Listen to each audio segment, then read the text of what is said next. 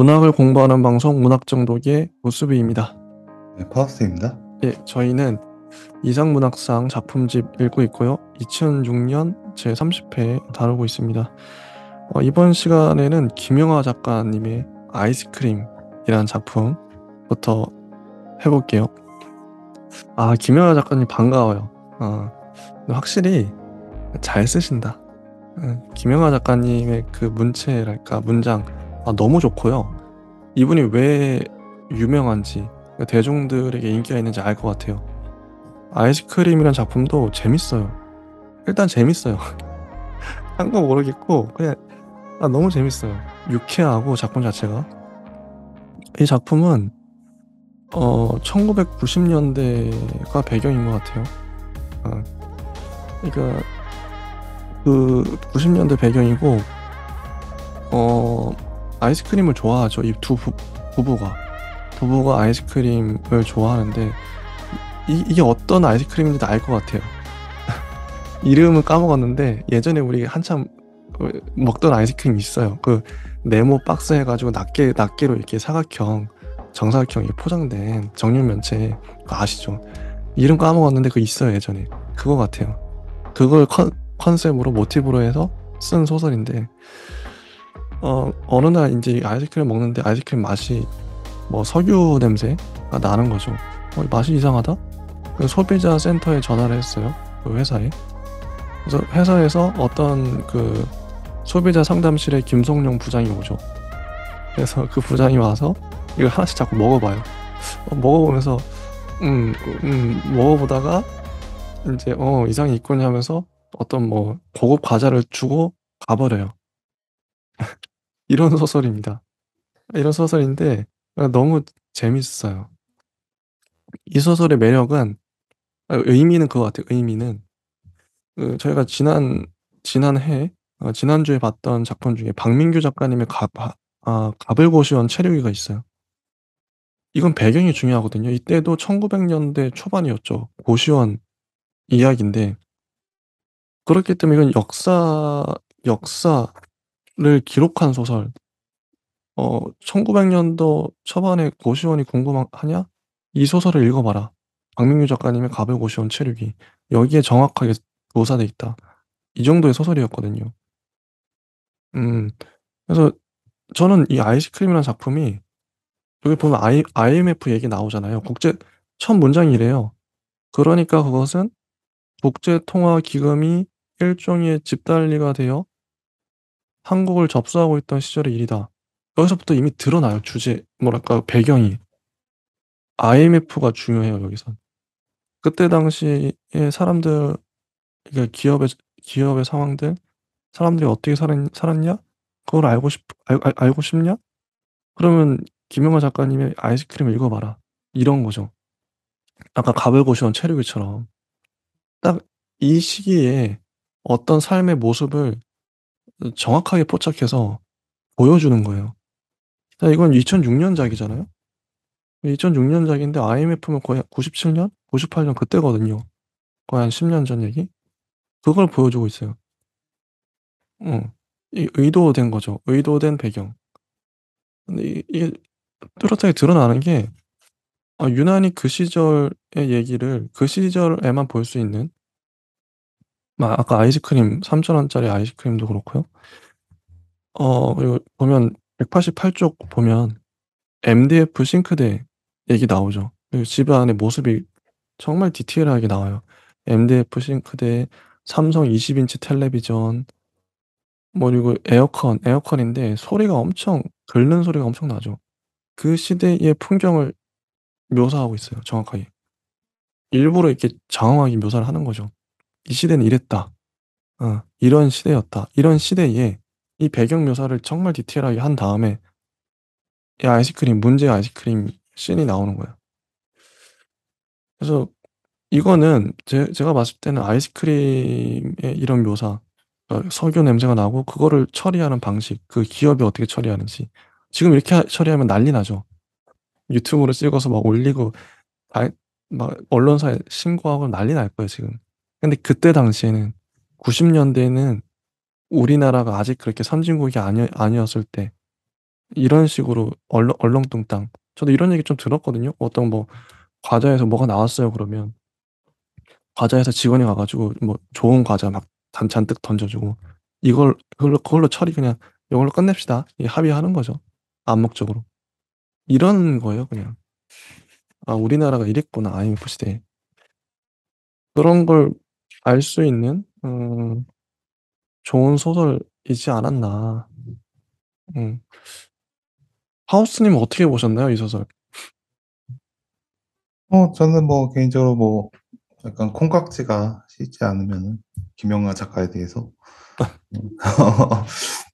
그러지 않으면은 조금 뭔가 이게 좀 그럴 뭐 약간의 어떤 사실 뭐 여기서 주는 어떤 해악이나 어떤 그런 문장의 재미나 서사의 어떤 재미나 그리고 사실 뭐 어때 소설이 그냥 재미만 있으면 되지 뭐 그리고 그 삶의 어떤 문화나 그리고 그거 살짝 비트는 그리고 그 비트는 어떤 캐릭터의 그런 재미도 있고 뭐 생각 뭐 우리가 이제 독자가 따라가면서 뭐 그러면 이렇게 할까 뭐 그걸 이렇게 하면 어떻게 되지 이렇게 해야 되나 막 이렇게 같이 이제 뭐 공감하면서 따라가는 어떤 서사의 재미가 뭐 있는 작품이긴 하지만 확실히 이제 뭐 콩깍지가 좀 지지 않으면 사실 뭐 이렇게 별 내용이 없을 수도 있거든요. 근데 여기서 이제 보여주는 그런 어떤 그 미묘한 어떤 재미 정말 그 아이스크림을 일곱 음. 개를 막 이게 입에 넣고 있는 어, 그런 어떻게 보면은 좀 되게 그 한 장면을 위해서 뭔가 쓴 것 같은 되게 그냥 웃기거든요. 그 막 심각하게 맞아, 막 재밌어요. 그 IMF 뭐 시절에 응, 그 아이스크림 그거 하나 이제 잘못 이제 소비자 고발되면은 그거 난리가 나서 그냥 막 다 뒤집어져서 막 그거 다 수출한 것도 다 그냥 다 가져와야 되고 그냥 국내에 있는 것들 다 응. 저 해야 되고 뭐 이런 어떤 절차가 있을 텐데 그것을 이제 um하기 위해서 맞아. 일곱 개 여덟 개 먹고 있는 그 장면이 너무 재밌거든요, 사실. 응, 웃기죠. 응. 진짜 확실히 박민규 작가님 소설 봤을 때 그냥 재밌어요. 박민규 작가의 소설 뭐 그냥 네. 웃기고 김영하 작가님도 이게 톤이 좀 뉘앙스가 약간 김영하 작가님 대중적이에요. 그러니까 정말 그냥 재밌어요. 소설 자체가 재밌으면 되지. 저 혹시 기억나는 게 김영하 작가님 이 이전에 상 탔던 거 그것도 한 광고 회사 아마 광고 회사 뭐 사장이었나 하여튼 그냥 바람피는 얘기였죠. 그래서 근데 그것도 그냥 저희가 평했던 게 그냥 재밌다. 그때 당시 김영하 작가님 소설. 이건 재밌잖아 그냥. 소설이 재밌으면 되지. 그 얘기했던 것 같아. 그 소설을 똑같은 얘기를. 그걸 또 그건 영화 감독 얘기였나 아무튼 그랬어요. 아마 기억나실 텐데 그 소설도 그냥 재밌었거든요. 보는 재미가. 의미는 뭐 두 번째로 치더라도 재밌으면 되지 뭐 소설이. 근데 이것도 딱 그러네. 재밌어요. 상황 자체 재밌잖아요. 전 너무 좋아요. 그래서 이거지. 이게 소설이지. 이런 생각도 들고 좀 인상적인 문장을 읽어보면요. 음, 200쪽 맨 아래쪽 문장이 그러나 그는 아까 그 구장이죠. 그러나 그는 현관으로 들어서면서부터 과장된 미소로 자기 얼굴에 깃든 권위를 지우려 노력하고 있었다. 평소엔 부하 직원들 앞에서 팽팽한 이마와 권위적인 안경, 축 늘어진 볼을 앞세워 군림하다가 상관이나 동균회 같은 까다로운 소비자들 앞에서는 몸에 익지도 않은 공손함으로 자기를 애써 낮춰야 하는 김 부장의 처신이 동규에게는 낯설지 않았다. 그런 관리자들은 동규의 회사에도 한다스는 있었다. 그러면서도 저런 권위적인 대기업의 관부급 부장마저 간단하게 굴복시킬 수 있는 소비자라는 존재가 새삼 대단하게 느껴지면서 살짝 통쾌했다. 단돈 3천 원을 지불했을 뿐인데 그런 자신들의 입을 막기 위해 신고한 지 1시간도 안 돼 이 더운 여름날 영등포의 본사에서 여기까지 헐레벌떡 달려온 곳을 보라. 말이 좋아 중소기업이지. 조그만 하청업체에서 늘 대기업의 구매 담당들. 그래봤자 대리급도 안 되는 것들에게 곱실거리며 생계를 유지하는 동교 같은 처지에선 김 부장 같은 자를 이렇게 전화 한 통으로 불러올 수 있다는 게 한편 놀라우면서 또 한편 고소했다. 이 문단 참 좋거든요. 이게 다 맞는 말이. 그렇잖아요, 실제로. 아, 고개 그냥 격하게 끄덕끄덕하면서 봤어요. 봤고, 이게 이제 김영하 작가님 제가 알기로는 회사 생활도 좀 하신 걸로 알고 있는데, 이건, 이건 경험해 봤기 때문에 나올 수 있는 문장 아닌가, 어, 싶기도 하고. 그리고 또, 인상적이었던 부분이요. 207쪽. 예, 207쪽이 거의 마지막이죠. 그 부장 가고 나서 부부가 이렇게 얘기해요, 서로. 정말 부장 맞을까? 명함도 받았잖아. 동교와 해서는 침대에 누워 어떤 장면을 상상하기 시작했다. 제거 회사의 소비자 상담실에 모여 있는 중년의 남자들. 말쑥한 양복을 입고 읽은 신문을 또 읽고 또 읽으며 시간을 죽이는 남자들. 전화벨이 울리고 이런저런 이야기가 오간 후 소비자 상담실에 실장이 들어와 말하는 것이다. 이번에는 아이스크림인데요. 김 부장님이 좀 가르쳐야겠습니다. 따로 말씀 안 드려도 잘 알고 계시죠? 그러면 명예퇴직자 김 부장, 관리직 모집이란 말에 혹해 이력서를 들고 찾아왔던 우리의 김 부장은 분연히 자리를 박차고 일어나 묵묵히 두 개의 가방을 받아들고 신고가 들어온 곳으로 향하는 것이다. 그리고 처음부터 끝까지 알쏭달쏭한 표정으로 자신의 임무를 수행하면 되는 것이다. 운이 좋으면 가벼운 스낵으로 끝날 수도 있지만 운이 나쁘면 아이스크림 한 통을 다 해치워야 할 때도 있을 것이다. 만약 동균회처럼 기름 냄새가 나네 안 나네 두 눈을 부릅뜨고 꼬치꼬치 묻는 사람들만 아니었다면 굳이 그렇게 많이 먹지 않고 슬쩍 수고만 해와도 됐을 것이다. 어쩌면 그들에게 보내진 김 부장은 그 세계의 초보였을지도 몰랐다. 어쨌든 이 문단도 참 좋았어요. 근데 저는 이게 김응하 작가님의 상상인지 아니 실제로 예전에 90년대는 이랬을 것 같은 느낌. 서로 그냥 가만히 쉬고 있다가 '아 또 신고 들어왔네.' 그때 당시에 뭐 시설도 열악했을 거 아니에요. 뭐 제과 회사든 뭐 아이스크림 회사든 뭐 클레임 많았겠죠. 그러면 달려가 가지고 그냥 이 문단처럼 어 달려가서 이제 과자 좀 주고 증거품 바로 수거해 가지고 바로 없애 버리고 이러지 않았을까. 하우스님 어떻게 보세요? 저도 뭐 예전에 막 카레 같은 거 먹다가 학교 급식에서 그러니까 뭐 무슨 못이 나온 거예요. 대박이다 진짜. 예. 막 녹슨 못이 나왔는데 와, 지금 시대 같으면 난리 나거든요. 지금 시대 같으면 유튜브 바로 올리고. 그래서 이제 한번 확인하고 음. 못이 나왔네 하고 그냥 버리고 그냥 먹었는데요. 아무튼 뭐 진짜 그건 진짜 뭐 삶에서 경험하는 정말 이게 뭐 정말 이게 특이한 어떤 혹은 이제 보편적인 경험을 정말 이렇게 약간 현실의 어떤 풍자랑 같이 비꼬아서 쓰니까 이게 재미가 막 증폭돼서 정말 재밌는 것 같아요. 문장도 정말 잘 쓰세요. 리얼하게. 진짜 이럴 것 같잖아. 그랬을 것 같은데 요즘은 안 그럴 것 같아요. 확실히 철저하게 할 것 같은데 옛날에 대응은 이랬다는 거예요. IMF 시절에. 우리나라 기업들이 얼마나 허술했는가. 얼마나 대충대충 장사를 했을까 이런 생각도 들고 그냥 주목보고 시기였겠죠. 일하는 사람들도 다 그렇고. 상황 자체도 재밌고요. 정말 잘 쓴 소설이라고 봅니다. 어 혹시 더 이 작품 아이스크림에 대해서 더 하실 말씀 있으실까요?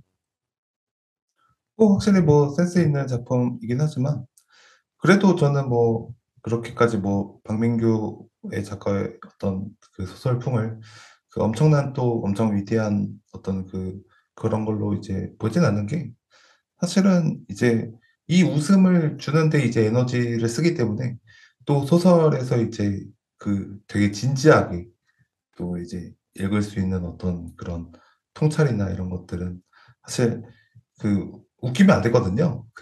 삶의 삶의 음. 비극에 대해서 아니 아아. 저도 뭐 되게 웃긴 소설을 많이 쓰고 있지만 아. 계속 이게 웃기고 싶은데 웃기면 안 되거든요, 비극 쓰는데. 정말 이렇게 근데 처절하게 써야 돼서. 예. 이해가 가는 게 예. 저희가 그 박민규 작가님 소설이 가볍다. 이거 좋은 의미로 가볍다. 재밌다. 얘기했었고 이 김영하 작가님 요 아이스크림도 그렇고요. 지난 작품도 그렇고 특징이 뭐냐면 평가할 때 '아 너무 재밌다.' 재미는 있는데 그러니까 여기에 들인 시간을 보면 돼요. 저희가 평가했던 시간. 근데 진지한 작품일수록 저희가 좀 말을 많이 하게 되죠. 그러니까 평가하는 시간이 길어져요. 이 절대적인 시간도 필요하다고 생각하거든요, 평가하는. 근데 김은하 작가님 아이스크림은 재밌네. 근데 이 정도 분석하고 그 분석할 것들이 이게 깊이라고도 할 수 있는데 재미가 다 이게 뭐 그래 좀 얕다고 할 수 있는 재미라는 게 웃음이라는 게 원래 좀 얕잖아요. 슬픔보다 슬 자 웃음과 슬픔이 있으면 슬픔이 더 깊긴 하거든요, 감정이.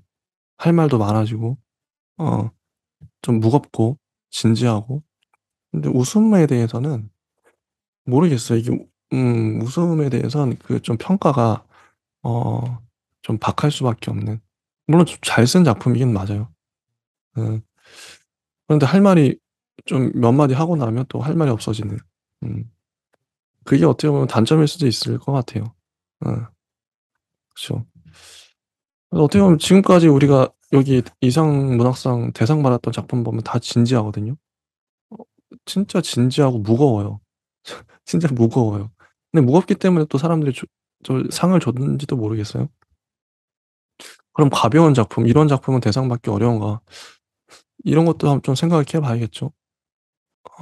좀 주저되죠. '아 이런 작품 대상 주기엔 좀 너무 무게감이 없는데? 너무 가벼운데?' 이런 거죠. 근데 재밌는 게요. 그 한강 아니 그 박민규 작가님의 박민규 작가님이 이상문학상 대상을 나중에 받습니다. 몇 년도인지 모르겠는데 받긴 받아요, 박민규 작가님. 근데 그런 그 대상 받은 작품은 단지 그 가벼움만 있지는 않을 것 같아요. 뭔가 달랐겠죠? 이전의 작품과. 그걸 한번 좀 보고 싶긴 해요. 그게 기다려집니다. 음. 아, 근데 뭐 박민규 작가님의 작품들도 음. 뭐 무거운 작품들도 굉장히 있겠 많고요. 네. 있겠죠. 우리가 가벼운 것만 봐서. 네. 어 어 워낙 '고마워 이제 과연 너구리야.' 그쪽으로 이런 것만 봐서 아직까지. 그쪽으로 유명해서 이제 어 저희가 좀 더 집중을 하는 거지. 맞아요. 뭐 삼이 슈퍼스타즈도 그렇고 카스테라도 담긴 의미가 뭐 가볍지 않아요, 김영하 사실. 작가님도 음. 이런 가벼운 것만 있지는 않겠죠. 물론 무거운 것도 있을 것이고. 아무튼 그렇습니다. 자 다음 작품으로 넘어가서요. 정경린 작가님의 야상록. 야상록이 밤야자의 뭐 생각상자, 밤에 어떤 뭐 생각을 한 기록인 셈인데 이 야상록 야상록은 밤에 잠을 못 자고 있어요, 이 여성이. 이 여성은 그 엄마와 결혼했다가 이혼한 동생과 그리고 딸도 어 자기가 인제 아빠가 없죠. 그냥 낳았죠 그냥. 이게 네 여자가 같이 살아요. 그러면서 첫 번째 문장 첫 문장을 보면 불을 껐을 때 "암흑이 들어찬 방 안 벽에 나뭇잎 그림자가 환영처럼 걸렸다." 이렇게 시작하거든요. 이 그림자가 계속 보여요, 이게 환영처럼. 그래서 금조 이 주인공이죠, 금조. 금조는 눈을 감은 채 더듬어 딸의 손을 잡았다. 계속 회상을 해요. 과거 회상을 하고 어 그래서 계속 자고 있 자 자 잠을 이루지 못하고 야밤에 나뭇잎 흔들리는 거 보면서 금조 손도 잡았다가 어머니 중간에 와서 또 얘기도 했다가 과거 회상 들어갔다 이런 내용이에요. 밤을 새우는 내용. 음. 한 여성의 어떻게 보면 한많은 이 뭐 굴곡 많았던 인생길 이야기인 거죠. 아버지 생각도 했다가 아버지 돌아가신 아버지 생각도 했다가 어 뭐 어 이런 얘기입니다. 이 작품이야말로 무겁죠. 무겁고 슬프고 안타깝고 그런 얘기인데 어 이 야상록 어떻게 보셨나요? 이것도 아주 뭐 어떻게 보면은 좀 전통적인 어떤 느낌의, 맞아요, 맞아요. 그리고 뭐 여기서 이제 하는 어떤 대화나 뭐 그리고 이제 그런 어떤 그 서사의 어떤 방향도 굉장히 이제 묵직하다. 그리고 그 상징이나 금조에 대한 어떤 이야기, 그리고 이미지나 이제 그 금조라는 어떤 매개체에 대한 어떤 그런 어떤 상징성까지 되게 잘 붙였다라는 생각이 드는 작품이었습니다. 이게 여기 중심 서사가 그냥 그 얘기 그러니까 아버지 돌아가시고 사무제 전날 밤, 응? 네 어디서 잤더노 하면서 218쪽에 보면 누하고 있었더노 엄마가 묻죠. 어머니가 사무제 날 아침 제사 시간에 맞춰 부엌문을 밀고 들어섰을 때 엄마는 서슬퍼렇게 눈을 치뜨며 김이 오르는 국그릇을 그녀의 몸에 획 뿌려버렸다. 뿌렸었다. 이렇게 나와요. 어머니가 화가 난 거죠. 미쳤구나. 사무제도 지내기 전에 상주년이 바깥잠을 자고 돌아댕기다이. 그날 내내 아무도 말을 걸지 않았다. 219쪽에 보면 이게 과거 해석하면서 어머니가 이제 털어놓는 거예요. 거의 아까 야밤에 이제 잠 못 자고 있으니까. 부모 사무제 안에 상주는 집 밖에 나가지 않는 법이거니와 국법이 허용한 내외관도 몸을 섞지 않는 법인데 하물며 천지에 혼자인 년이 바깥잠을 자고 들어오니 새벽같이 모여든 식구며 친척들이 네 오기만을 기다리며 대문간으로 잔뜩 눈들을 모으고 있었다. 그러니 우째 그냥 지나가겠노. 내삼아 소금 뿌리는 심정으로 그래도 내가 한바탕 해놓으니 오빠하고 언니도 그렇고 큰어머니와 고모 할매들이 그냥 지나간 기다. 꼬치꼬치 물었싸 뭐 어쩔 뻔했노. 이런 거죠. 그러니까 실제 금조는 어 유부남 연인이 있었어요. 당시에. 유부남 연인은 근데 못 오죠. 여기 못 오고 금조를 만나서 하룻밤을 보낸 거죠. 뭐 그 얘기입니다. 전반적으로. 근데 왜 금조는 왜 그랬을까요? 그러니까 유부남 연인을 만날 수는 있는데 왜 그대로 안 보내고 뭐 그 연인도 그렇고요. 아버지가 돌아가셨는데 하룻밤을 보냈단 말이죠. 이게 좀 상식적으로 왜 그랬을까요? 어떻게 보세요? 일단 뭐 이 대화에서 뭐 유추할 수 있는 거는 금조와 이제 그 남자가 이제 서로 약간의 뭐 좋은 그 사랑하는 어떤 관계가 이제 되고 나서 그다음에 이제 쾌락의 어떤 공포에 뭔가 이제 빠지게 되는 네. 어떤 229쪽에 나오죠. 금조는 쾌락이 공포에 빠졌다. 이게 예 문장이 나옵니다. 예.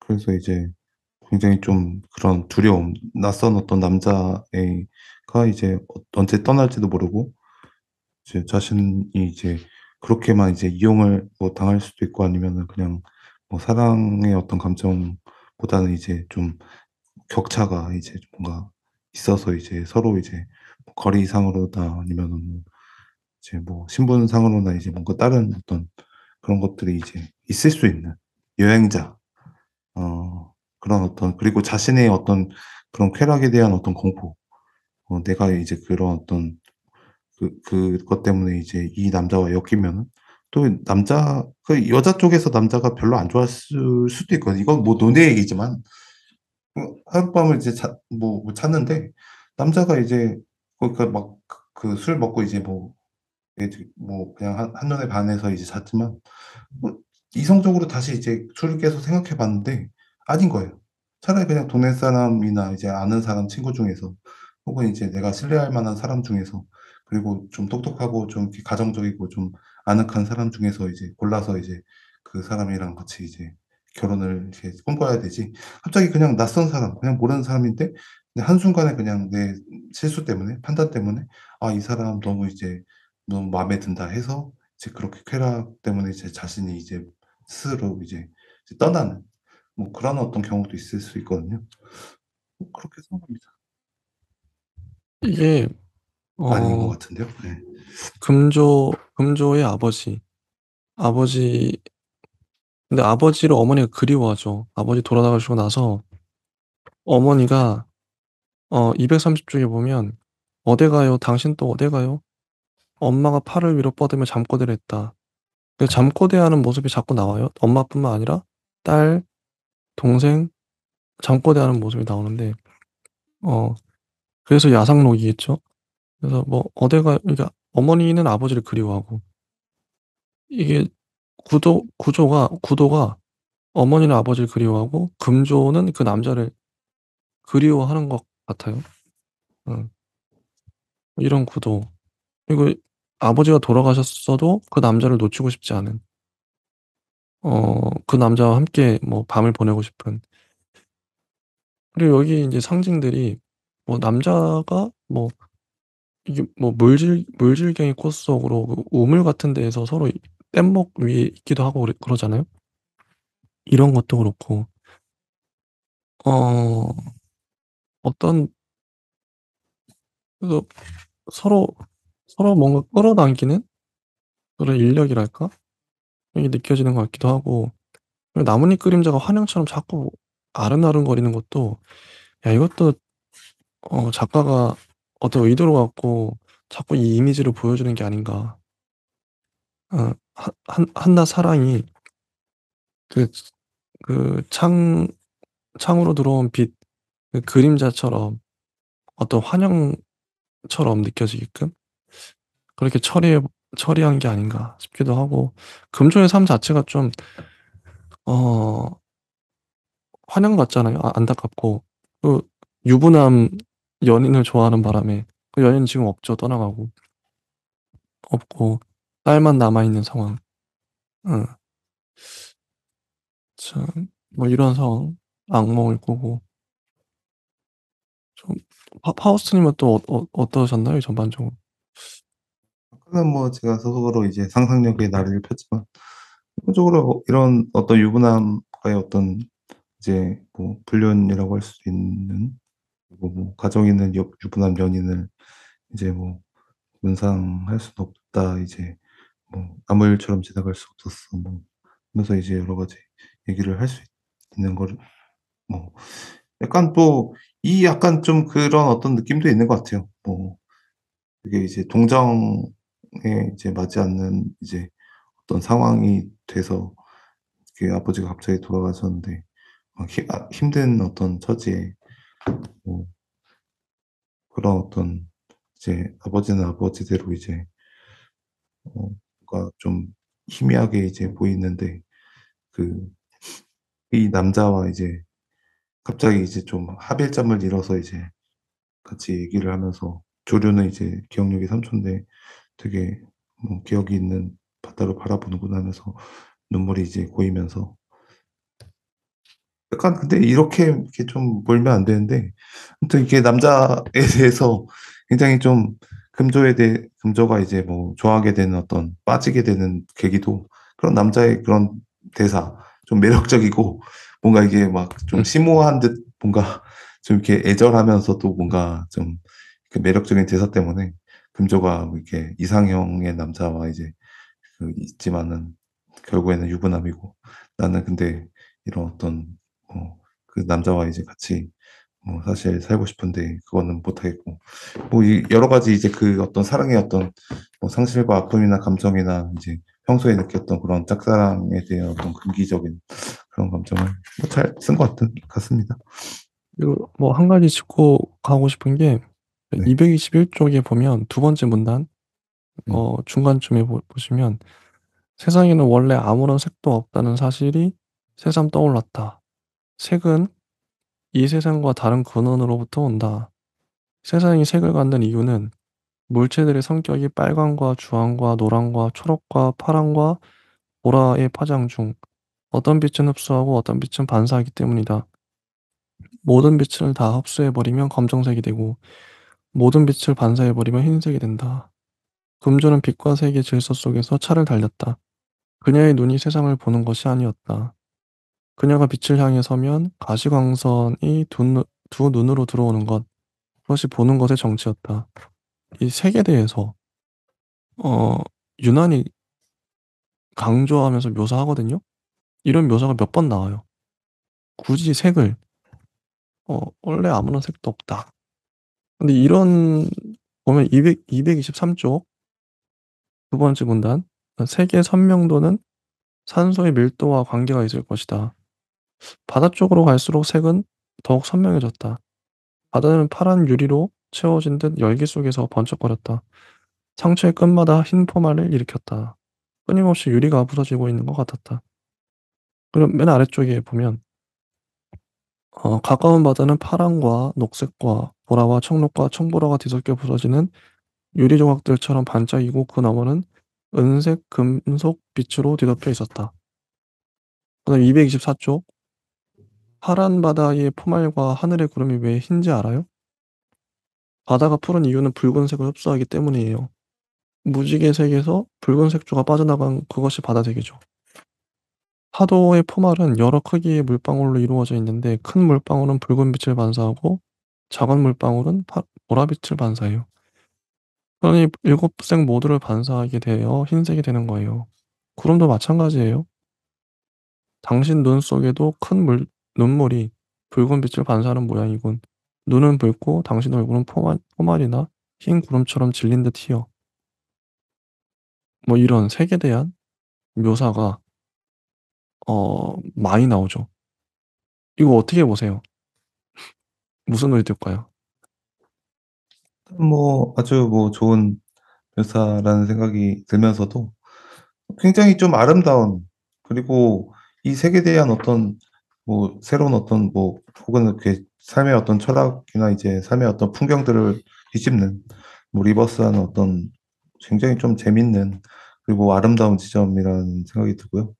특히나 뭐 여기서 이제 그 아름다운 뭐 비유가 혹은 어떤 이제 바다의 풍경이 여기서도 이제 어느 정도 어떤 사랑의 색으로 혹은 이제 어떤 감정과 어떤 그 굴 썩은 뭐 껍질 썩은 냄새가 뭐 치통하면서 겪는 가운데에서도 남자의 어떤 그런 어떤 그 얼굴에서 보이는, 그리고 남자가 이제 당신의 눈속에도 이제 붉은 빛을 이제 반사하는 것처럼 굉장히 포말이나 이 흰구름이 희어라는 이런 어떤 부분으로 이제 동일감을 느끼는 굉장히 좀 아름다운 좋은 어떤 느낌의 어떤 그런 감정을 주지만, 여기서 또 이렇게 좀 더 얕을 이렇게 좀 욕심을 더 부려보자면 이 색깔이나 이제 그 색깔에 대한 사유를 또 이제 확장시켜서 이 소설에서 뭐 이게 중간이나 끝이나 뭐 결국에는 뭐 색이 이제 뭔가 바래지거나 희어지거나 아니면은 내가 보는 세상이 또 보는 세상이 아니고 색깔에 의해서 이제 뭔가 다르게 변주되거나 또 그 변주된 색깔을 내가 잘못 이해하거나 파악하거나 오해하거나 뭐 여러 가지로 이제 변주를 시키면서 이 현실의 어떤 색깔에 대한 어떤 그 바다에 대한 어떤 사랑에 대한 여러 가지 해석들을 무한하게 펼칠 수 있을 것 같기도 한데요. 근데 이 정도로도 정말 좀 되게 아름다워요.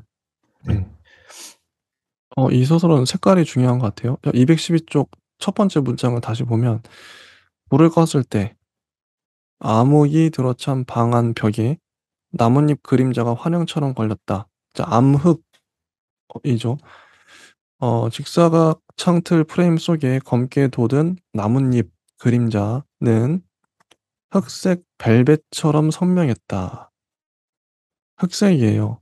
흑색 벨벳, 그리고 검게 돋은 그 암흑이 들어찬 방. 이 까만색이 주 색이죠. 처음엔 까만색.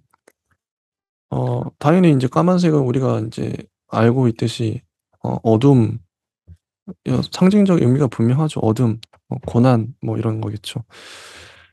실제 내용도 그렇고 232쪽에 보면 마지막 문장을 보면요. 빛이 돌아오느라 방안이 희부연하고 나뭇잎 그림자는 지워지고 없었다. 빛, 빛이 나옵니다. 방안이 희부연해요. 그림자는 지워져 버렸어요. 이 의도된 사술이죠. 첫 문장에서는 어, 어둠, 암흑 검은색을 보여줬다가 마지막 빛, 하얀색, 희부연하게 그림자는 사라졌어요. 앞으로의 인생은 금조의 인생은 밝을 것이다. 이런 희망을 보여준 게 아닌가. 이 빛을 의도적으로 쓴 것 같아요. 이 색깔. 작가님이. 파우스님 어떻게 보셨나요? 응. 근데 또 이렇게 막 얘기하다가 또 뭐 재밌는 생각이 또 나서 그냥 뭐 얘기를 또 뭐 해 볼까요? 뭐 재밌는 생각이 예, 났는데, 예, 예. 해보세요, 해보세요. 뭐 그렇게 소설 중에서 막 여기에 또 관련이 좀 있지만 사실 뭐 남자 그 되게 잘생긴 남자를 맨날 좋아하는 이제 아내에 대해서 이제 뭔가 자신이 바라보면서 뭔가 알 수 없는 뭔가 이렇게 서운함을 또 비추진 않지만 뭔가 좀 이렇게 처연 내 입장이 뭔가 처연한, 그리고 이제 그 아내가 이제 뭐 이혼하고 나서 뭐 나중에 이제 꿈에서도 나오고 막, 혹은 이제 뭐 이렇게 뭐 되는 뭐 이렇게 뭐 처연함이 있는데, 여기서도 사실 그런 어떤 남자 뭐나 뭐 이성에 대한 어떤, 그리고 내가 이제 그런 어떤 사랑이라는 감정에 대해서 뭔가 정의를 하고 싶지만 결국에는 계속 흐릿해지면서 계속 뭔가 물큰하게 이제 자신을 뭐 쥐고 있는, 그리고 내가 내 생각대로 내 감정이 컨트롤도 안 되고 뭔가 검은 물처럼 헛바스로 이렇게 계속 물끌물끌 막 흘러들어오고, 뭔가 질투를 하고 있고도 뭔가 뭐 그 사람이 계속 보고 싶은데 싫기도 하고 밉기도 하고 계속 좋기도 하고, 뭔가 이 감정에 대해서 정말 그 많은 제 소설들이 이제 그런 것들이 다 있지만, 다양하게 이렇게 그린 작품 중에서 또 이렇게 그리니까 굉장히 좀 신선하고 아주 뭐 아름답습니다. 네, 인제 일단 야상목은 여기까지 하고요. 다음 작품, 마지막 작품이죠. 윤성희 작가님의 무릎이라는 작품이에요. 저는 이 소설 재밌게 봤습니다. 음 그 한 대가족 대가족의 대식구의 그 아이, 남자아이인데요. 남자아이의 얘기인데, 이 아이가 어 막 이제 북적북적한 집에서 자라요. 어 근데 봉고 어느 날 인제 사건이 일어나는데, 봉고를 타고 가다가 어 이제 돼지를 들이받기도 하고 뭐 중간에 뭐, 그리고 인제 이 아이가 어 눈썰매 타다가 너무 눈썰매가 막 급격하게 나가는 바람에 어 사고가 날 뻔하죠. 근데 그때 저는 인제 별 생각 없이 봤었는데, 그 사고 났을 때 누가 구해 줬나 봐요. 구해 주고 어떤 남자가 죽은 거죠. 죽고 하여튼 그 이후에는 그거랑 상관없이 막 스토리가 막 나가요. 이 남자아이는 뭐, 그래서 뭐 집도 나갔다가 그러죠. 방황도 하다가 집 나가서 어떤 집에 가서 뭐 마당 관리사도 하죠. 아무것도 키우지 않는 정원사가 되기도 하고, 그리고 이 아이의 꿈은 쓸모없는 것들만을 모아 놓은 박물관을 만드는 거였어요. 뭐 이게 한편의 우화 같은 느낌도 들고, 되게 뭔가 정해진 세팅, 너무 뭔가 아련한 느낌도 들고 재밌어요. 아기자기하기도 하고. 그리고 거의 인제 어 마지막에는 그 아까 죽었던 아저씨의 그 아들, 아들을 만나죠 다시. 다시 만납니다. 그 아이가 편지를 계속 써서 이 주인공 아버지한테 보냈거든요. 어 그 아이를 만나서 뭐 하여튼 그렇게 만나서 끝나는. 음 저는 이 소설 전반적으로 너무 좋았어요. 어 어떤 이야기, 그러니까 소설이 아니라 이야기를 읽는 느낌, 그런 거 있잖아요. 이솝우화나 아니면 뭐 어쨌든 어떤 이야기를 읽는 느낌이라서 어 좋았다. 뭔가 짠하기도 하고 뭐 감동도 있고, 그리고 예전에 막 북적북적한 그런 대식구의 그 생활을 그대로 보는 듯한 느낌도 있고, 어 추억도 있고 좋았던 소설 아닌가. 파우스트님은 이 무릎이라는 소설 어떻게 보셨나요? 저는 뭐 이 작품도 이제 오늘 전체적인 어떤 뭐 컨디션이 이제 괜찮은 건지 몰라도 다 이제 너무 재밌게 읽은 작품 중에서도 이게 좀 무릎이라고 하길래, 이 무릎이라는 어떤 그 성장기에, 그리고 어떤 무릎의 어떤 그 시선에서 바라보는 약간 좀 어떻게 보면 삶의 어떤 꼴목이나 어떤 이제 뭐 어떤 보편적인 어떤 삶을 이렇게 공유하고 있는, 시대적으로도 그런 어떤 사람들의 어떤 삶의 이야기들을 정말 시선을 정말 잘 표현해서, 이것이 하나의 진짜 하나의 뭐 영화나 드라마나 어떤 뭐 무거운 어떤 작품으로서도 이게 정말 이렇게 좀 감동이나 해악이나, 해악보다는 뭐 이 성장의 어떤 그런 모든 어떤 일련의 어떤 과정들을 다 겪는 듯한, 뭔가 되게 통과를 하는 듯한 그런 느낌도 들면서 이 약간 좀 그리고 되게 보편적인 어떤 느낌을 많이 가져는 이유가 음. 가출도 하고 뭐 아니 음. 가출 뭐 그 부모님 결혼식도 있고 뭐 소장님 뭐 비료 막 뿌리고 막 골목에서 뭐 케이크 같은 것도 이제 뭐 생각하면서 뭐 여러 가지 겨울도 겪고 뭐 이렇게 하면서 굉장히 그리고 또 이게 또 잘 정돈되었다. 맞아요. 그런 전반적으로 예 이야기가 잘 정돈됐죠. 잘 쓰여진 이야기라는 생각이 들고 어 일단 문장을 한번 읽어 드릴게요. 이거는 234 쪽에 첫 문장부터 보면 "그의 소원은 박물관을 짓는 것이었다. 이 세상에서 가장 쓸모없는 것들만을 모아 놓은 박물관. 8살 이후로 그는 밑창이 떨어져 나간 운동화라든가 손잡이만 남아 있는 숟가락 같은 것들을 모으기 시작했다. 아무리 쓸모없게 된 물건이라도 쓸쓸한 느낌이 들지 않으면 그에게는 소용이 없었다." 아 되게 첫 첫 문장부터 강렬해요. 매력적인 주인공이죠. 음. 가장 쓸모없는 것들만을 모아 놓은 박물관을 짓고 싶어요, 이 아이는. 얼마나 기특해요. 쓸모 있는 것만 찾는 세상에서. 그리고 쓸모없게 된 물건이라도 쓸쓸한 느낌이 들어야 소용이 있어요. 이 감성. 뭔가 전 이 첫 부분부터 너무 좋더라고요. '이런 아이, 이런 박물관이라면 너무 좋다.' 매력적이죠. 제 기능을 잃어버리고 버려진 물건들을 보면 한겨울에 새로 된 난간에 이마를 맞대고 싶은 충동이 일곤 했다. 그 안에 깃들여져 있는 슬픔을 잊지 않으려고 했었다. 근데 이게 지금 보니까 저게 전반 한 번 읽고 다시 보는 거잖아요. 깃들여져 있는 슬픔, 쓸쓸한 느낌이 뭔지 알겠어요. 이 아이가 이 아이를 살리기 위해서 그 남자가 죽었잖아요. 그런 슬픔을 말하는 것 같아요. 이어지잖아요. 이 아이는 어쩌면 예감했을지도 모르겠어요. 자기에게 그런 사건이 일어나기 전에 뭐 사람이 그게 좀 영적인 존재니까 내가 그렇게 될 줄 알고 평생 그렇게 고마워하면서 슬퍼하면서 살 줄 알고 애도하면서 예감한 게 아닌가 싶기도 하고 소설 구성 자체도 좋죠. 그리고 235 쪽에 보면 대가족에 대한 묘사가 참 좋아요. 첫 번째 문단 "어릴 적 그는 새 신발을 신어 본 적이 없었다. 큰형은 신발 바닥에 자기 이름을 적어 두었다. 이름이 반쯤 지워지면 작은 형이 신발을 물려받았다. 그의 차지가 되었을 때쯤이면 이름은 알아볼 수도 없을 정도로 지워져 있었다." 이런 묘사 너무 좋거든요. 어 어 뭐 이런 문장이 이런 식으로 흘러가요. 정말 문장을 잘 쓰셨고 그 첫 번째부터 이게 나오죠. 눈썰매 타다가 하나도 안 다쳤네?" 예. "그가 신기한 듯 소리를 질렀다.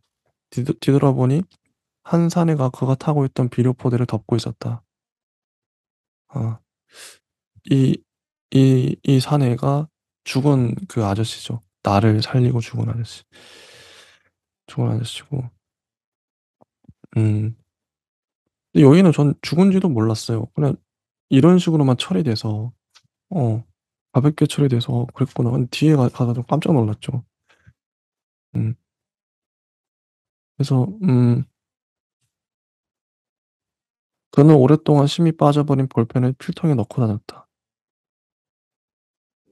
음 집으로 돌아오는 길에 신고 있던 운동화를 버렸대요. "이 세상에서 가장 쓸모없는 물건들을 상상하지 않고는 깊게 잠이 들 수가 없었다."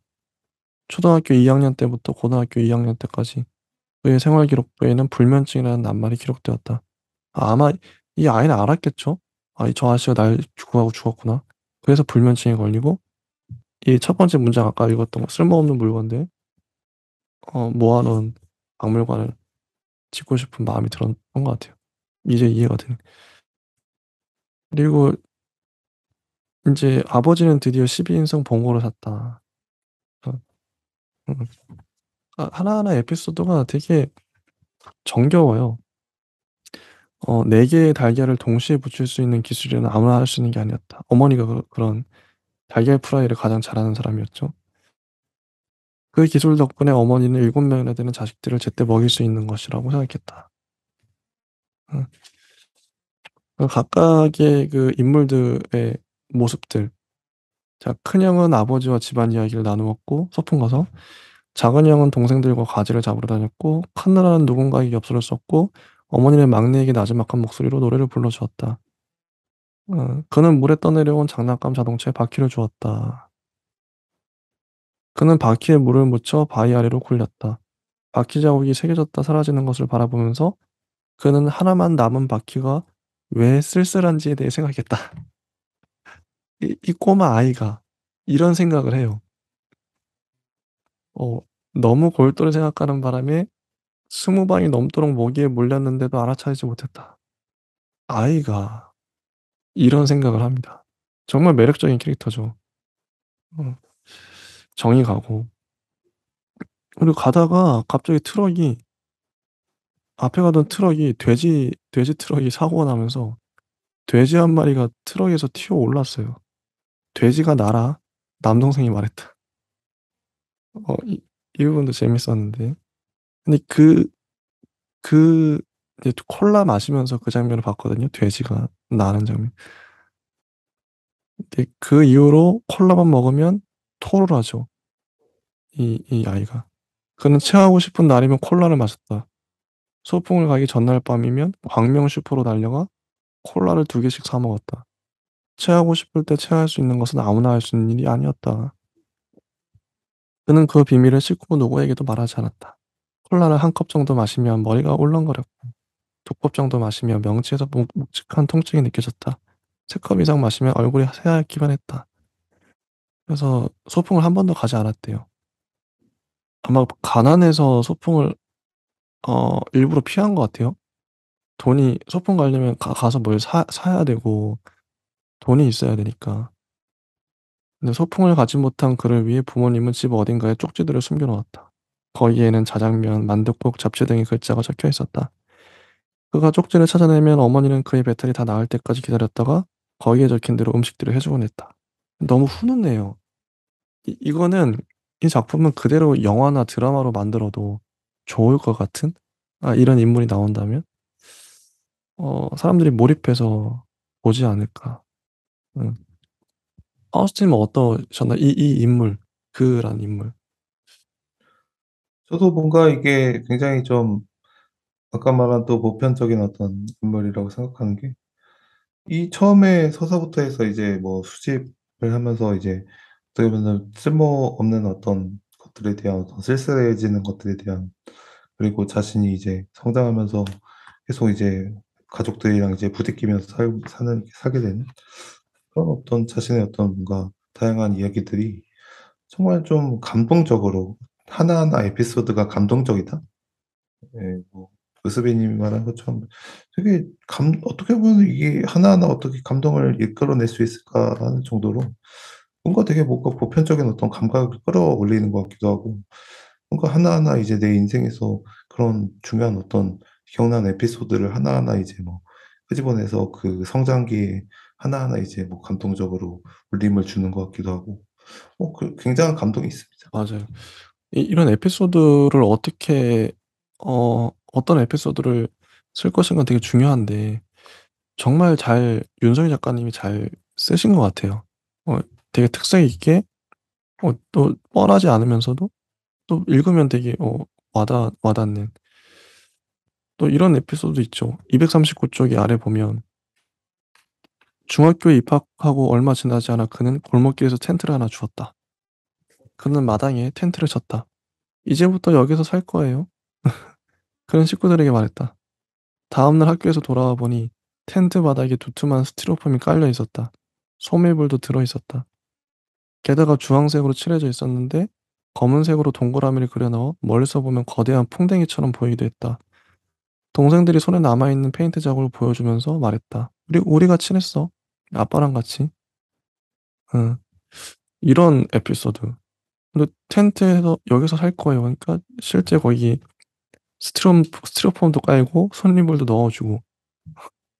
어, 재밌는 가족이에요. 아이의 의견을 존중해주는. 그리고 텐트에서 처음 자던 날 누군가가 텐트 주위를 돌죠. 아버지인데 "누구세요?" 발걸음이 멈추더니 말했다. "나다." 그의 아버지였다. 아버지는 말했다. "이제 콜라 같은 건 그만 마셔라." 아버지가 불쑥 텐트 안으로 손을 집어넣었다. "약속해라." 그는 아버지의 손가락에 자신의 손가락을 걸었다. 음, 이런 거죠. 뭔가 감동이 있어요. 은은한 감동이. 그리고 편지함에 카드 한 장이 들어 있었죠. 그게 인제 아까 죽었던 그 아저씨의 아들이 보낸 카드죠. 아마 아버지가 그 집안에 어떤 보답을 했던 것 같아요. 어. 우리 아들을 살려줘서 고맙다고 보답을 했겠죠. 어. "지난번 보내주신 선물 생일 선물은 잘 받았습니다. 저는 올해 초등학교에 입학했습니다. 글씨도 배웠습니다. 안녕히 계세요." 이런 글씨, 이런 카드를 보낸 거죠, 아이가. 매년 옵니다, 이런 카드가. 어, 편지가. 그리고 241쪽 가면서 큰형이 결혼을 하고 조카를 낳고 자전거 자전거를 타기도 하고. 어 근데 아마 인제 이 주인공이 자꾸 방황을 하고 이게 밖에 텐트에서 갑자기 잔다고 하지 않나. 자전거 타고 인제 멀리 갔다 오지 않나. 이제 집을 나가지 않나. 이런 모든 행위들이 아마 그 아저씨의 죽음 때문인 것 같아요. 항상 잊혀지지 않는 좀 미안하고 온갖 감정들이 다 있겠죠. 그래서 이렇게 방황하고 있는 것 같아요. 이 아이가. 이틀 동안 그는 아무것도 먹지 않았다. 주머니는 540 원이 들어 있었다. KC에서 그는 검문을 당했다. 무전여행 중이에요. 그렇게 말했지만 경찰들은 그의 말을 믿지 않았다. 동해에서 잠수함이 발견되었다고 했다. 이런 적이 있었죠. 어. 근데 이게 그래서 비료포대로 만든 썰매를 타다가 죽을 뻔한 이야기를 해 주니까 인제 인제 파출소 소장이 편지를 읽더니 그에게 저녁을 사 주고 이런 얘기들. 근데 그 아이를 찾아갔어요. 어르신을 찾아갔는데 그냥 여행 중이란다 하고 "잠깐만 기다리세요." 했는데 어 편지를 종이배로 접어 가지고 놔두고 그냥 가 버렸죠. 그냥 떠났어요. 이때 당시엔. 그는 자전거를 끌고는 집까지 걸어왔다. 어. 그는 자전거를 마당에 내던지면서 말했다. "실종 신고도 안 하냐?" 평상에 앉아 비빔국수를 먹고 있던 식구들이 빈 그릇에 자기들이 먹던 국수를 덜어냈다. "이리 와 국수나 먹어." 이런 가족이에요. 근데 이거 어떻게 근데 실종 신고를 "이리 와 국수나 먹어." 실종 신고도 안 하냐 이거 어떻게 보세요? 왜 안 했을까요? 또 이런 경우는 이제 뭐 저도 이제 흔하게 뭐 집에 사람들이 이제 제 마음을 못 알아주고 이제 야속하거나 네. 뭐 형이 이제 컴퓨터 이제 막 혼자서 독차지했는데 엄마가 "형 하게 놔둬." 막 이러고 이제 야속하면은 "에이 나 인제 떠나버릴 거야." 하면서 이제 뭐 저녁에나 뭐 "나 안 찬다." 하면서 이제 막 돌아오게 되는 뭐 그런 어떤 되게 뭐 이런 느낌이 이제 사실 제가 뭐 좀 강하긴 하지만 어. 사실 뭐 누구나 인간이라면 뭐 좀 서운한 일이 생기면은 뭐 그리고 어린 시절에는 뭐 그때 이제 뭐 "나 이제 뭐 안 찾아?" 막 "나 이렇게 막 저 뭐 소중한 애 아니야?" 하면서 이제 막 약간 좀 이렇게 하게 되는 어떤 사랑 애정을 갈구하게 되는 그런 면이 없지 않아 있긴 있다고 생각하거든요. 그래서 굉장히 좀 감동적이고 훈훈한 것 같아요. 네. 가족들이 이 아이를 믿어 준 것 같아요. 어 '나갔다 오겠지.' 네, 자기 마음이 괴로우니까 자전거 타고 막 돌아다닌 것 같은데 '오겠지. 언젠가 오겠지.' 저렇게 자기의 슬픔을 어떤 억눌린 감정을 저렇게 푸는 거겠지. 이렇게 이해해 줬던 것 같기도 해요. 이게 소설이 재밌는 게 이게 지금 다시 되돌아보면서 아버지의 마음, 아버지의 마음이 자세하게 안 나오죠. 그냥 말 몇 마디 나와요. 행동만 나오고. 가족의 마음 헤아려 보게 되는. '왜 그때 가족은 그렇게 했었나? 왜 아버지는 그렇게 했나?' 근데 그 마음이 또 깊고 따뜻하거든요. 따뜻해요. 어, 따뜻한 가족. 이게 훈훈하죠, 전반적인 이야기가. 이야기의 결도 좋고 너무 마음도 너무 좋은 것 같아요. 이 이야기가 품고 있는. 음, 일일이 다 설명하지는 않지만 되새김질 해보면 너무 따뜻한. 그래서 또 좋지 않나. 참 좋은 이야기다. 좀 드라마로 만들기 참 좋아요. 이런 이야기 만들기. 감동적일 것 같고. 그리고 이 아이가 또 가출을 하죠. 가출해가지고 잘 사는 동네 가서 아무 일이나 할 수 있습니다. 그러다가 244쪽에 가면 갑자기 어느 집에 마당 관리사 구하는 집에 들어가요. 정원사인데 이거 재밌어요. 어떤 마당 관리사냐면 그러니까 이 마당에 아무것도 잘할 수 없도록 해달라고요. 되게 독특하죠, 이 여자도. 여자도 근데 어떤 사연이 있는 것 같아요. 끝까지 안 나와요. 이게 이제 윤석희 작가님의 매력이자 묘미인 것 같은데 분명히 무슨 사연이 있는데 안 나와. 이게 되게 독특하잖아요. 왜 나무 한 그루 풀 한 포기 자라지 않 그렇게 해서 그는 아무것도 키우지 않는 정원사가 되었다. 아무것도 키우지 않는 정원 이름 모순이라니. 네. 그래서 여기서 그냥 이 아이는 그 자기 일에 충실하죠. 정말 충실하게 합니다. 그러면서 어떻게 보면 자기의 상처를 치유하고 회복했는지도 모르겠어요. 여기 몇 년을 이렇게 일을 하면서 아무것도 안 자라게 하면서 그러다가 인제 담벼락에 그 타일 같은 걸 예쁘게 인제 하죠. 예쁘게 인제 하는데 그러면서 인제 247 쪽에 보면 "고마워요." 이제 여자가 말하죠. "뭐가요?" "아무것도 안 물어봐서요." 생각해 보니 그는 누군가에게 "왜?"라는 질문을 해본 적이 없었다. 그는 말없이 나무가 타는 것을 지켜보았다. 여자가 잿더미를 헤집어서 은박지 뭉치를 꺼냈다. 은박지를 펼치자 노르스로 막이 구워진 탁이 나왔다. "올해 몇 살이 되었죠?" 그는 대답을 할 수가 없었다. 몇 년이 흘렀는지 알 수가 없었다. 아무것도 자라지 않는 빈 정원에는 계절이 찾아오지 않았다. 그래서 소원이 있어요. 위에서 타일 공장, 아까 그 타일 공장에서 타일을 이렇게 막 바르는 작업을 해요. 응. 그래서 어 그다음에 마지막 이제 249 쪽에 가면 "소원을 들어주셔서 고맙습니다. 그래 이제 집으로 돌아갈 건가요? 어떻게 알았습니까? 처음 배웠을 때보다 많이 늙었습니다. 건강하세요?" 음. 그는 여자에게 타일 한 조각을 건네 주었다. 꽃다발이 새겨져 있는 타일이었다. "선물 고맙다." 여자가 닫힌 문에 대고 말했다. 그가 떠나고 며칠이 지난 후 여자는 골목길을 걸으면서 밤에 그려진 그림들을 구경했다. 그러고는 오래전에 잊었어야 했던 이름이 새겨진 문패를 떼어냈다. 그 자리에 선물로 받았던 꽃다발 타일을 붙였다. 요 에피소드 참 좋거든요. 이 여자는 어떤 상처가 있었을까요? 파우스님은 어떻게 이 여자는 도대체 왜 어떤 사연이 있을까요?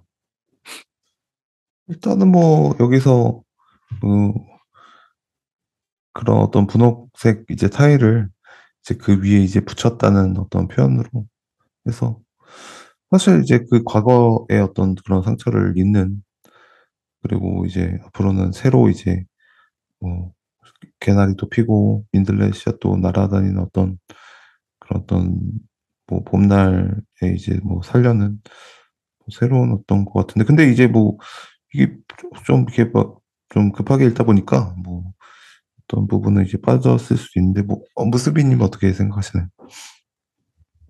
이게 아마 그 문패를 뗐잖아요. 네. 문패는 보통 남자 이름을 그러니까 여자의 남편일 것 같아요. 남편이 죽었겠죠 아마.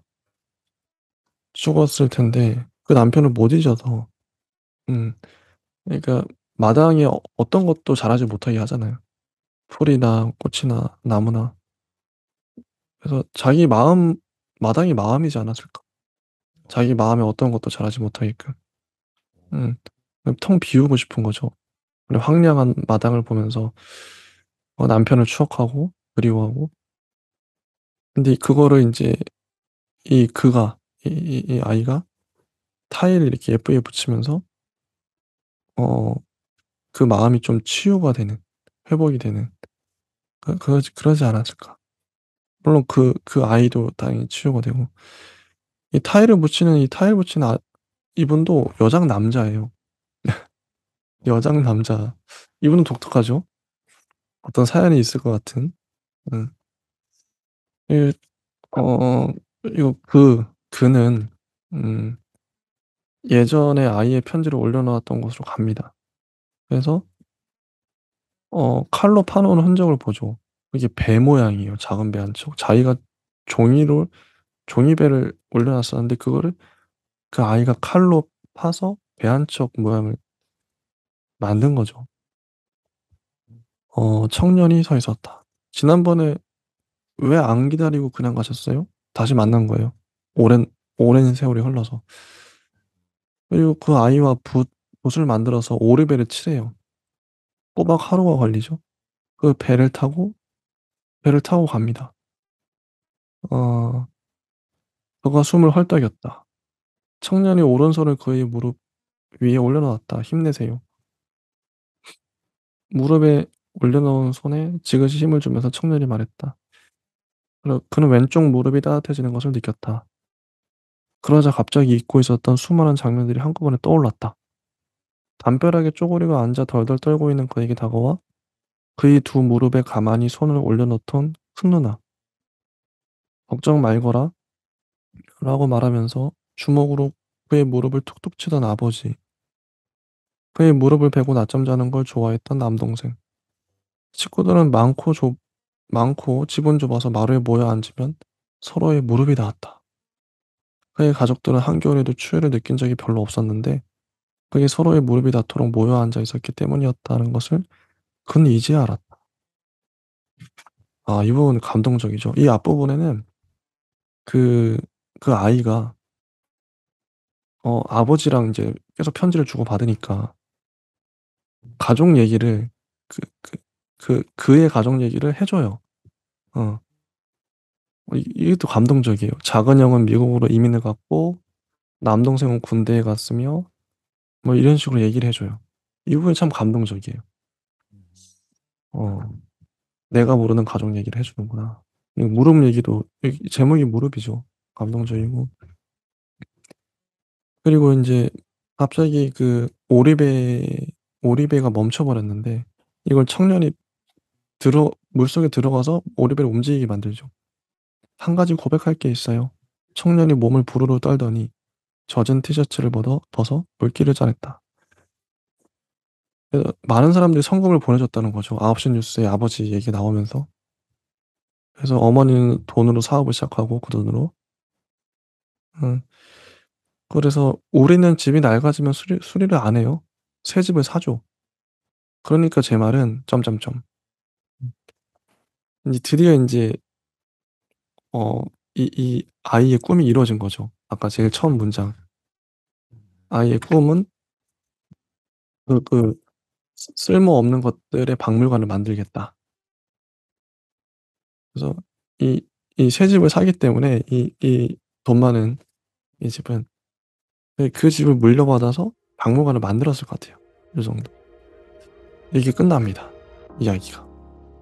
정말 훈훈하죠. 이렇게 따뜻한, 제 소설이요. 소설의 가능성이랄까? 종류가 다양한데 저는 이런 소설 너무 좋은 것 같아요. 뭐 어떻게 보면 대중들이 원하는 소설 중에 하나가 이런 게 아닌가. 되게 훈훈하고 따뜻하잖아요. 그 이야기죠, 이야기. 어. 이런 이야기들이 꽤 있죠. 좀 훈훈하고 따뜻한 이런 걸 느껴보고 싶은. 음. 하우스님은 어떠셨나요? 전 너무 감동적이었고 좋았거든요. 저는 뭐 여태까지 읽었던 인성이 님의 소설 중에서 제일 좋은 느낌이 있지 않나 뭐 이런 생각이 들 정도로 정말 그 성장 배경이랑 그리고 그 안에 어떤 상처들을 이겨내는 인류애 같은 그런 어떤 사랑의 어떤 인류애들을 정말 너무 잘 썼다. 뭐 맞아요, 이런 맞아요. 생각이 들고 좋습니다. 형식과 너무 잘 어울리고 음. 심지어 이 그 엄청나게 많은 이런 에피소드와 장면들이랑 이런 겹치는 어떤 감동적인 어떤 이미지들이 굉장히 또 무겁게도 느껴져요. 굉장히 좀 음, 가볍지 않아요. 음, 맞아요. 그래서 음, 굉장히 좀 뭔가 좋은 어떤 느낌을 가졌습니다. 진짜 뭉클하고, 이런 따스함, 이게 소설에서 우리가 말하는 것들 중에 하나가 이게 따스함, 인간적인 이런 감동, 이런 뭐 부분들 너무 좋거든요. 참 좋게 봤던, 감동적으로 봤던 소설이었습니다. 또 하다 보니까 또 한 시간이 흘러 버렸으니. 오늘 작품도 많지 않은데 어떻게 하다 보니까 말을 많이 해가지고 이렇게 시간이 많이 가버리고 저희가 이제 네. 마지막 그 최종 평가 한 줄 이제 평가 있잖아요. 평가하는 시간도 꽤 길기 때문에 여기서 또 네. 또 끊고 끊기 신공 끊고 이제 이 4부 이번 주 4부까지 찍겠어요. 3부 다 찍었고 이제 다음 시간에 저희가 최종 평가를 해보도록 하겠습니다. 감사합니다. 감사합니다.